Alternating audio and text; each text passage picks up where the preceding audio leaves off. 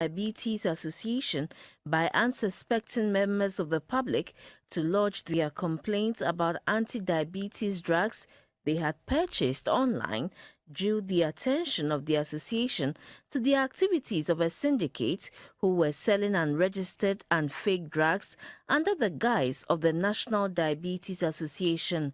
So, about 2 months ago, the intermediary sales representative was arrested and put on police inquiry bail. According to the president of the association, Mrs. Elizabeth Denyo, tons of drugs, including 2 different anti-diabetes drugs, were confiscated, but till date, the perpetrators of the crime have not been apprehended.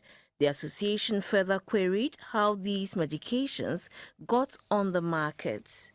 Diabetes Association gets insulin, we get glucometers, we get strips through the port.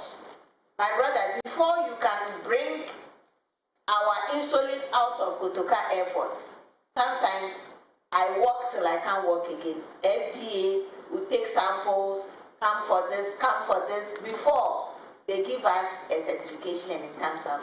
So if my common sense tells me, how did this thing pass through Ghana airports?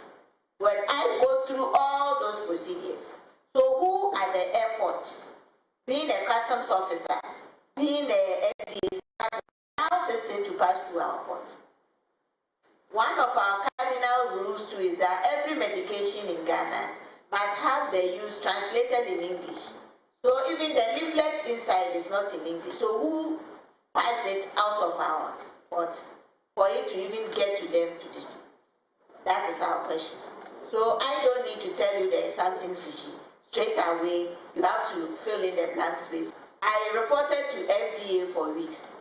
They couldn't apprehend the people, but it took me just 4 hours to get hold of them. FDA said they didn't have storage to store the confiscated items. So Diabetes Association had to foot the bills and foot warehousing bills to store what was confiscated.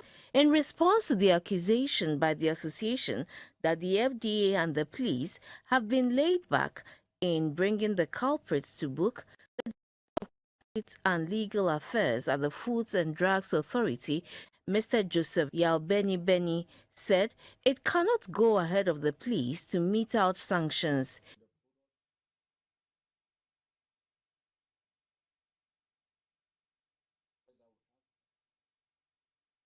Some of them. So that is what we give to the police. So together with the police, we are still looking for the owners of these products. The intention, I believe, is that those people, when they are eventually arrested, will be prosecuted. So the police is building up their case. So investigations do take some time. These are persons who do not have a physical presence anywhere.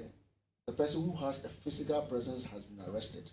He further explained that items confiscated need not to be paid for by the complainant. As stipulated in the Public Health Act, Act 851, all medicines must be registered with the FDA before selling them, failure of which is seen as criminal. A list of all registered products can be verified from the FDA website or through their WhatsApp and hotlines. 04 GBC News, Accra.